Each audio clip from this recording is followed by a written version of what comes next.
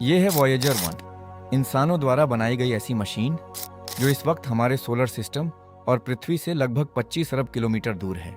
फिर भी आज भी हमें लगातार डेटास भेज रही है। हैरानी की बात यह है कि इसे सिर्फ 5 साल के मिशन के लिए बनाया गया, लेकिन लगभग 50 साल बाद भी ये पूरी तरह काम कर रही है। इस छोटे से स्पेसक्राफ्ट ने ऐसी ऐसी डिस्कवरीज की हैं जिन्होंने साइंटिस्ट को भी स्पेस के बारे में अपनी कई पुरानी थिंकिंग को बदलने पर मजबूर कर दिया। आखिर वॉयेजर 1 ने ऐसा क्या देखा? आइए शुरुआत से समझते हैं। साल था 1977। नासा ने एक ऐसा मिशन शुरू किया जिसका एम बहुत सिंपल था, जुपिटर और सैटर्न का करीब से स्टडी करना। उस टाइम टेलीस्कोप से इन प्लैनेट्स को देखा तो जा सकता था, लेकिन उनकी असली दुनिया कैसी है इसका आंसर किसी के पास नहीं था। इसीलिए 5 सितंबर 1977 को वॉयेजर 1 को लॉन्च किया गया। इस स्पेसक्राफ्ट में cameras, magnetic field detector, plasma detector, cosmic रे इंस्ट्रूमेंट्स और कई साइंटिफिक सेंसर्स लगाए गए थे ताकि ये स्पेस का हर एक डेटास को रिकॉर्ड कर सके।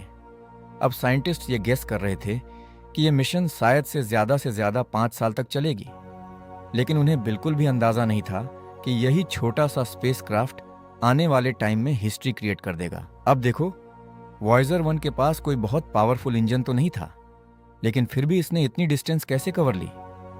इसका जवाब है ग्रेविटी असिस्ट। नासा ने बड़े चालाकी से जुपिटर और सैटर्न की ग्रेविटी का इस्तेमाल किया। जब वॉयेजर 1 जुपिटर के पास पहुंचा, तब जुपिटर की ग्रेविटी ने इसे स्लिंगशॉट की तरह आगे धक्का दिया, और इस टेक्निक की वजह से बिना एक्स्ट्रा फ्यूल वेस्ट किए वॉयेजर की स्पीड कई गुना बढ़ गई। बट वेट, अब ये स्लिंगशॉट क्या है? सोचो, अगर आपके पास फ्यूल बहुत कम हो लेकिन आपको स्पेस में बहुत दूर तक जाना हो। ऐसे में साइंटिस्ट्स एक बहुत ही इंटेलिजेंट ट्रिक यूज करते हैं जिसे स्लिंगशॉट या ग्रेविटी असिस्ट कहा जाता है। इस टेक्निक में जब स्पेसक्राफ्ट किसी बड़े प्लैनेट जैसे जुपिटर या सैटर्न के पास से जब गुजारता है, तब प्लैनेट की पावरफुल ग्रेविटी स्पेसक्राफ्ट को अपनी तरफ खींचने लगती है, लेकिन टकराने से जस्ट कुछ देर पहले स्पेसक्राफ्ट सही एंगल से मुड़कर प्लैनेट के पास से निकल जाता है।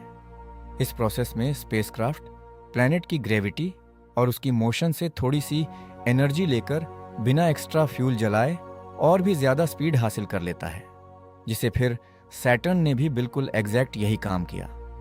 अगर ये टेक्निक यूज नहीं की जाती ना, तो शायद से वॉयेजर 1 आज इतनी दूर कभी नहीं पहुंच पाता। अब साल था 1979, जब वॉयेजर 1 पहली बार जुपिटर के बेहद करीब पहुंचा।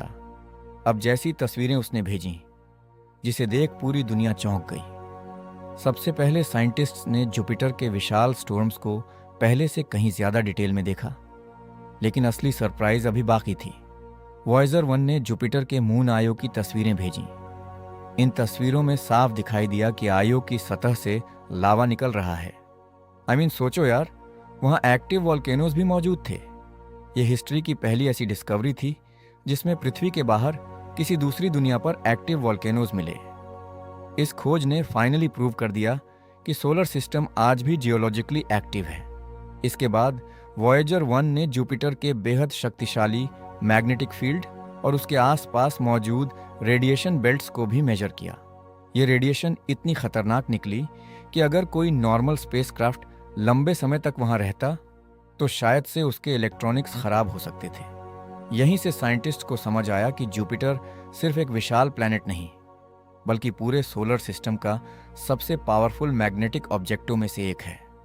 बट वेट, वॉयेजर 1 का असली मिशन अभी खत्म नहीं हुआ था। अब उसके सामने था सैटर्न। जी हाँ, वही प्लैनेट जिसने एकदम से वॉयेजर 1 की पूरी दिशा ही बदल दी। साल थी 1980, जब वॉयेजर 1 फाइनली सैटर्न के पास पहुंच गया। उस समय तक साइंटिस्ट के पास सैटर्न की कुछ अच्छी तस्वीरें तो थीं, लेकिन उसके रिंग्स, मून्स और एटमॉस्फेयर के बारे में बहुत कम इंफॉर्मेशन थी। अब वॉयेजर 1 ने सैटर्न के करीब से इमेजेस भेजनी शुरू कर दी, एंड उसने दिखाया कि सैटर्न के रिंग्स सिर्फ कुछ नॉर्मल चट्टानों की बनी नहीं है। एक्चुअली बर्फ, धूल और चट्टानों के करोड़ों छोटे छोटे टुकड़ों से बनी है, जो बेहद स्पीड में सैटर्न के चारों ओर घूम रहे हैं। बट इस मिशन की इंपॉर्टेंट अचीवमेंट रिंग्स नहीं, बट एक्चुअली डिस्कवरी थी टाइटन की। जी हाँ, वही टाइटन, सैटर्न का सबसे बड़ा मून।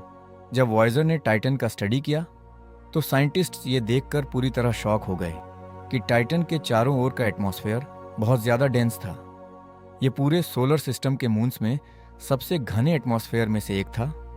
उस टाइम इंस्ट्रूमेंट्स इतने पावरफुल नहीं थे कि वे इस डेंस एटमॉस्फेयर के अंदर की सरफेस को देख पाते। अब टाइटन के इंपॉर्टेंस को देखते हुए नासा ने स्पेसक्राफ्ट का रास्ता ही बदल दिया ताकि वह टाइटन के बेहद करीब से गुजर सके। बट नासा के इस फैसले से वॉयेजर की स्टोरी एकदम से बदल गई। टाइटन के पास से गुजरने के बाद वॉयेजर की डायरेक्शन ऐसी हो गई कि अब वह कभी भी यूरेनस या नेपच्यून की ओर नहीं जा सकता था। इसके बजाय वह सीधे सोलर सिस्टम के बाहरी हिस्से की ओर बढ़ने लगा। और बस यहीं से वॉयेजर एक अब प्लैनेटरी मिशन नहीं रहा। अब उसका नया एम था सोलर सिस्टम की बाउंड्रीज को पार करना, जिसे हीलियोपॉज कहा जाता है। सैटर्न को पीछे छोड़ने के बाद वॉयेजर एक के सामने कोई प्लैनेट नहीं था। अब उसके आसपास सिर्फ अंधेरा था। वह लगातार आगे बढ़ता रहा, हर सेकंड लगभग 17 किलोमीटर की स्पीड से। साल बीतते गए, लेकिन वॉयेजर 1 लगातार सोलर सिस्टम की बाउंड्रीज की ओर बढ़ता रहा।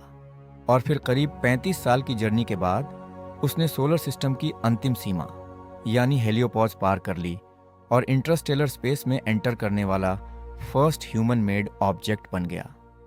बट सबसे शॉकिंग बात यह थी कि अब उसने सोलर सिस्टम के बाहर से डेटा भेजना शुरू कर दिया। और जो डेटा उसने भेजा वो हमारी इमेजिनेशन से भी अलग निकली, और जिसे आप पार्ट 2 में देख पाओगे। सो अब जल्दी से सब्सक्राइब कर लो।